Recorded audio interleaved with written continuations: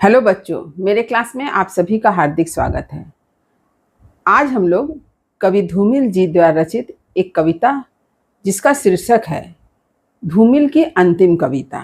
आपको यह कविता लोहे के स्वाद शीर्षक से भी मिल जाएगा, परंतु आपके पाठ्यपुस्तक में इस कविता का शीर्षक दिया गया है धूमिल की अंतिम कविता। और मैं जिस पाठ्यपुस्तक की बात कह रही हूँ वह पाठ्यपुस्तक पढ़ाई जाती है वेस्ट बंगाल काउंसिल के क्लास 12 के 4th सेमेस्टर में, जिनका फर्स्ट लैंग्वेज हिंदी है। इससे आपको घबराने की कोई आवश्यकता नहीं, क्योंकि लोहे का स्वाद भी इस कविता का शीर्षक है और धूमिल की अंतिम कविता भी इस कविता का शीर्षक है। तो चलिए आरंभ करती हूँ।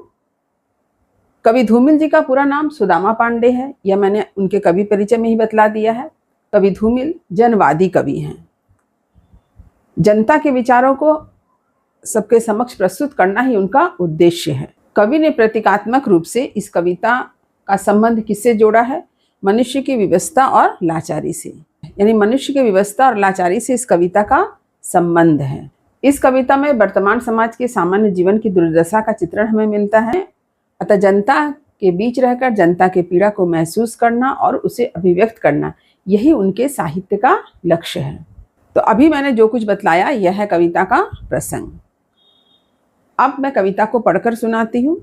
देखिए, धूमिल की अंतिम कविता। शब्द किस तरह कविता बनते हैं इसे देखो, अक्षरों के बीच गिरे हुए आदमी को पढ़ो। क्या तुमने सुना है कि यह लोहे की आवाज है या मिट्टी में गिरे हुए खून का रंग? लोहे का स्वाद लोहार से मत पूछो, उस घोड़े से पूछो जिसके मुंह में लगाम है। तो अब चलिए कविता की पंक्ति के अर्थ को समझते हैं। शब्द किस तरह कविता बनते हैं इसे देखो। यानी जब कोई कवि कविता लिखता है तो वह शब्दों के माध्यम से ही वाक्य की रचना करता है, लेकिन शब्द बनते किससे हैं? अक्षर से बनते हैं। आप लोगों ने व्याकरण में पढ़ा है कि सार्थक वर्णों के योग से क्या बनते हैं? शब्द। और जब सार्थक शब्दों को मिलाया जाता है तो वह बन जाता है वाक्य। तो यहाँ पर वही बात है, समझिए कि कविता जब बनती है तो किससे बन रही है? शब्द से। और इस शब्द को बनाने वाला कौन है? कवि। और तो कवि धूमिल का कहना है कि इसे देखो और क्या, अक्षर के बीच गिरे हुए आदमी को पढ़ो। और अक्षर से शब्द का निर्माण होता है, और कवि का कहना है अक्षर के बीच गिरे हुए आदमी को पढ़ो। अक्षर के बीच आदमी का गिरने का तात्पर्य यह है कि जब कोई कवि कोई रचना करता है, कोई कविता लिखने का कार्य करता है, तो उस कविता में उसकी मनोभावनाएं, उनकी मनोदशा, उनका बौद्धिक संघर्ष सब कुछ अभिव्यक्त होता है। तो अक्षरों के बीच आदमी के गिरने से तात्पर्य यह नहीं है कि आदमी गिर गया, पतित हो गया, ऐसी बात नहीं है। इसका संबंध है कवि के बौद्धिक संघर्ष से, उनकी मानसिक अवस्था से, उसकी जो मनोदशा है, जिन मनोदशाओं में बंद कर वह कवि कविता लिखता है, उस स्थिति की ओर यहाँ इशारा किया गया है। क्योंकि कवि जब कुछ लिखता है तो उसने जो कुछ सहा है अपने जीवन में, जो कुछ उसके हृदय में पीड़ा है, जिसका उसने स्वतः अनुभव किया है, उसकी अभिव्यक्ति वह अपनी रचना में करता है। तो कविता बनाने वाला व्यक्ति कविता नहीं बनाता है, बल्कि वह अपने अनुभवों को अभिव्यक्त करता है पंक्तियों में, शब्दों के माध्यम से। जैसा कि सुमित्रा नंदन पंत जी ने क्या लिखा है, वियोगी होगा पहला कवि, आह से उपजा होगा गान। यानी एक कविता लिखने के पीछे कवि के हृदय की कितनी पीड़ा छिपी होती है, इसका अनुभव हम सब नहीं कर सकते हैं। जबकि एक रचना तभी लिखी जाती है जब कवि के हृदय में तरह तरह के उद्गार उत्पन्न होते हैं। उन्हीं भावनाओं को कवि अपनी कविताओं में अभिव्यक्त करते हैं, अपने अनुभव को वहाँ पर प्रस्तुत करते हैं। तो यहाँ पर विशेष अर्थ यही है कि कवि जो है कितने बौद्धिक संघर्ष करके, किस मानसिक परिस्थिति से गुजर कर साहित्य की रचना करता है, कविता लिखता है, इसे समझना है। इसलिए यहाँ पर कहा गया है कि शब्दों से कविता का निर्माण होता है, इसे देखो, लेकिन अक्षरों के बीच गिरे हुए आदमी को सुनो। यानी उस आदमी को सुनो का अर्थ क्या है? उस कवि की पीड़ा को सुनो, उस कवि के दर्द को महसूस करो। इस तरफ कवि धूमिल जी का इशारा है। आगे धूमिल जी क्या लिखते हैं, देखिए। क्या तुमने सुना कि यह लोहे की आवाज है या मिट्टी में गिरे हुए खून का रंग? देखिए यहां पर भी दो बात है कि यहां पर कवि कह रहे हैं कि तुम्हें जो सुनाई दे रहा है वह लोहे की आवाज है या फिर मिट्टी यानी जमीन में गिरे हुए खून का रंग। कहने का तात्पर्य यह है कि जब कोई व्यक्ति लोहा को पीटता है, तो लोहा को कौन पीटता है? लोहार। यानी लोहार जब लोहा को पीटता है तो हमें क्या सुनाई देता है? उस लोहे की आवाज। लेकिन कवि का कहना है कि जब एक लोहार लोहे को पीटता है तो उसमें उसका परिश्रम छिपा दिखाई देता है, मेहनत छिपा दिखाई देता है। यानी वो मेहनत परिश्रम करके अपने बाजुओं से, अपने हाथों से क्या करता है? लोहा को पीटता है, उसे आकार प्रदान करता है। तो हम तो लोहे की आवाज सुनते हैं, परंतु हमारा ध्यान उनकी मेहनत परिश्रम की ओर नहीं जाता है। वह जो पसीना बहाता है और बहाकर उसका पसीना जमीन पर गिरता है, वही पसीना क्या है? खून है, रक्त है। हम लोग कहते हैं ना, किसी मजदूर के लिए खून पसीना मेहनत करता है मजदूर।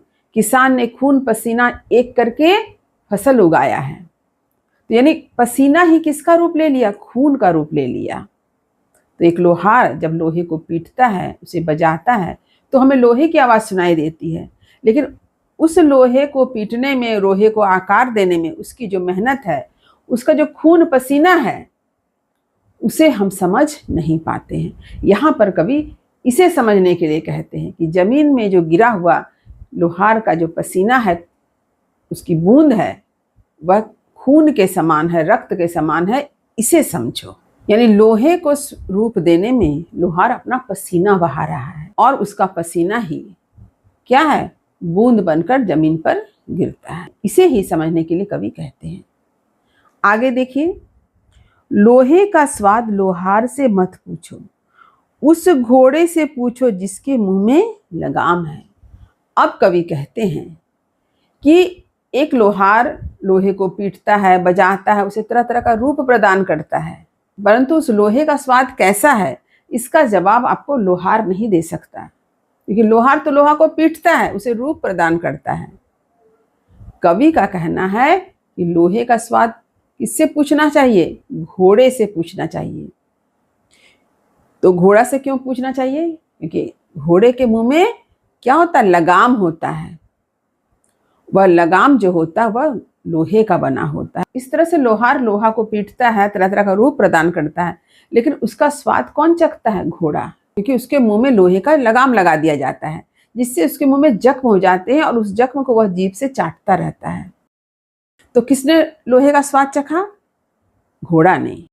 यहाँ पर जो ये लोहार शब्द है, ये लोहार किसका प्रतीक है? शोषक का प्रतीक है। और घोड़ा जो है यहाँ पर, यह शोषित का प्रतीक है। यानी शोषक क्या करता है? हमारे समाज में जो सामान्य जन है उसका शोषण करता है, इसलिए शोषित है। तो हमारे समाज में जो शोषण चक्र चल रहा है, उससे कौन पीड़ित है? आम जनता। या आम जनता का प्रतीक कौन है? घोड़ा।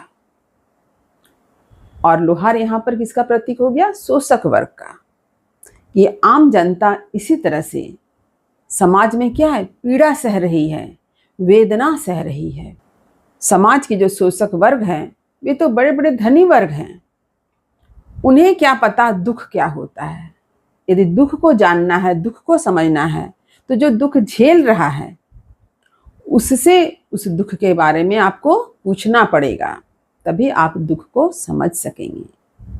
तो हमारे समाज में ऐसा ही है कि एक वर्ग जो है वह क्या कर रहा है? सामान्य जनता पर, गरीबों पर अत्याचार कर रहा है, उसका शोषण कर रहा है, दमन चक्र चला रहा है, परंतु शोषित वर्ग कुछ कर नहीं पाता। वह विवश है, वह विरोध नहीं कर पा रहा है।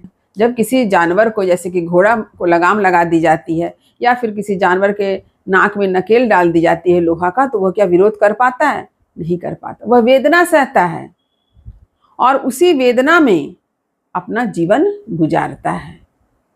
इस बात की ओर कवि ने इशारा किया है।